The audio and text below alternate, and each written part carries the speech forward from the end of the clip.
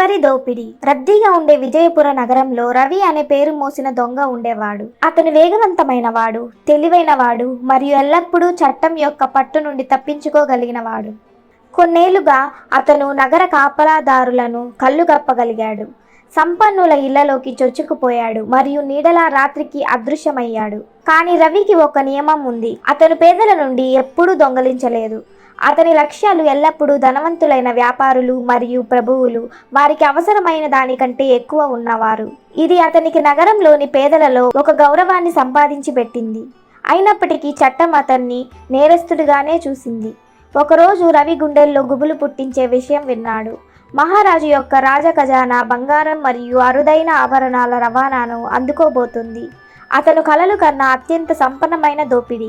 శాశ్వతంగా పదవీ విరమణ చేసే ముందు ఇదే తన చివరి దోపిడీ అని అతను భావించాడు. ప్యాలెస్ కు భారీ కాపలా ఉంది, కానీ రవి దాని భద్రతపై కొన్నేళ్లుగా అధ్యయనం చేశాడు.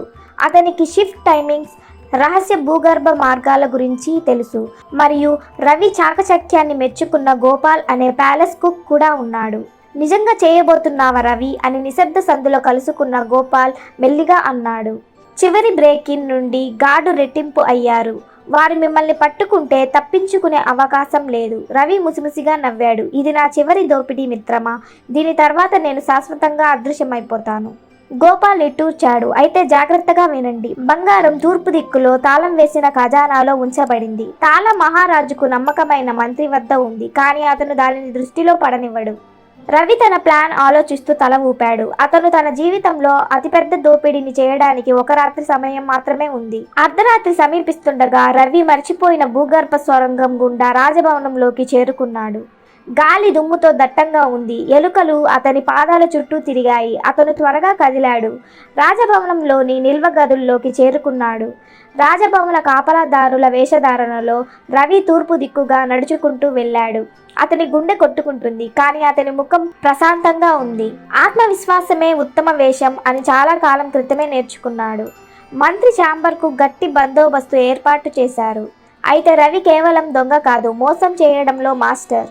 అతను కారిడార్ యొక్క మరొక చివరి వైపు ఒక చిన్న రాయి విసిరాడు.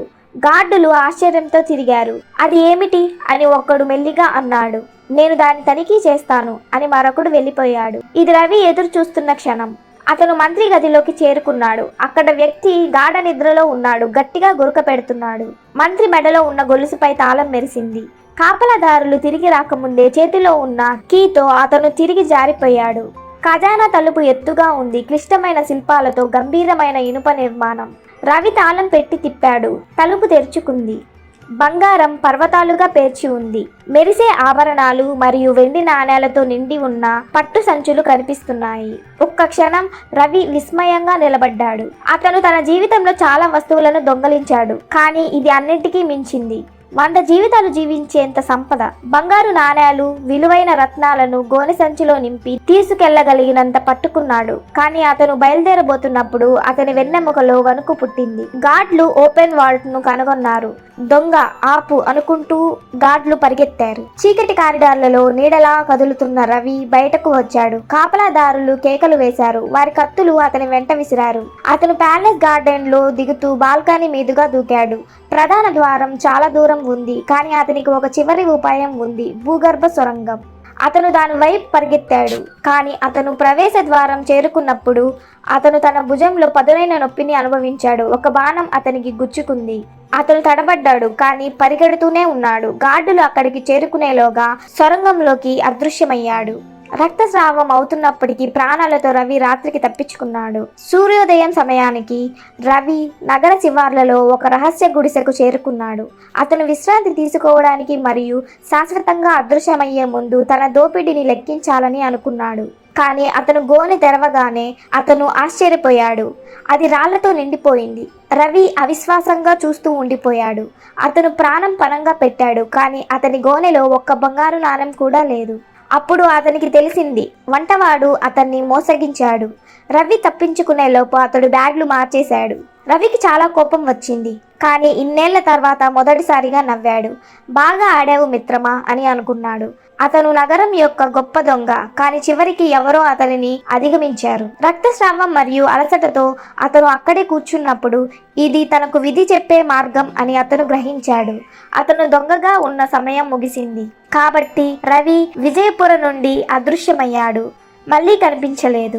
అతను వ్యాపారిగా మారాడని కొందరు అనుకున్నారు, మరికొందరు సన్యాసి అయ్యాడని అనుకున్నారు.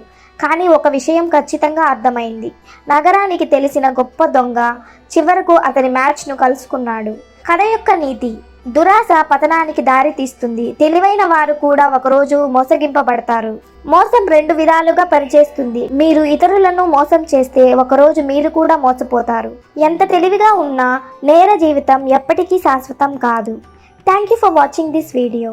Please like, share and subscribe.